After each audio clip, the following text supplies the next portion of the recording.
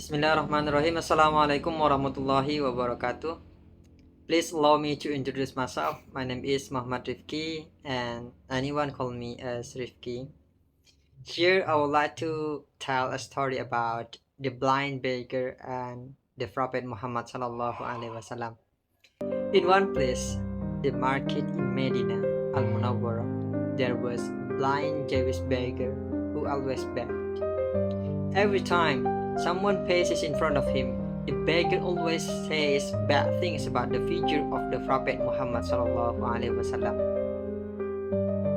The beggar said, "Oh my brother, do not approach Muhammad. He is a madman. He is a liar. He is a magician. If you approach him, you will be influenced." From day to day, the beggar always said the same sentence repeatedly, so that anyone will be careful of Muhammad, who according to him had a bad influence. The Prophet Muhammad, who was aware of the beggar's actions, did not feel angry or upset. Instead, he gave the beggar food and fed him lovingly. While giving the beggar food, the Prophet Muhammad never said anything else, simply listened to every word the beggar said. The Prophet Muhammad was also willing to take the time every morning to feed the blind beggar. This habit continued every day. Even the beggar did not know that the one who fed him was the Prophet Muhammad, whom he hated. Until one day, the Prophet Muhammad died. No one came to feed the blind beggar. After some time, Aisha radiallahu anha advised Abu Bakr about the Prophet Muhammad's habit of always feeding a beggar. Abu Bakr immediately came to meet the beggar in the market while bringing food. When given food by Abu Bakr, the beggar refused because he knew that the person who gave him food this time was not the usual person. The beggar who refused food from Abu Bakr said that the person who usually came to him always fed him, even smoothing his food before giving it to the beggar.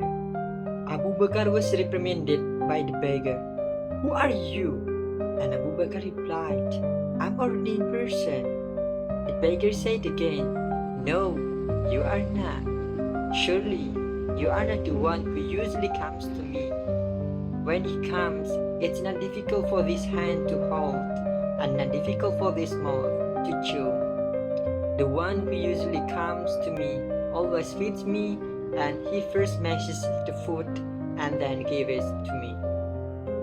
Hearing the story of the blind beggar, Abu Bakr could only cry because he knew how noble Prophet Muhammad was to everyone, even to those who had insulted him.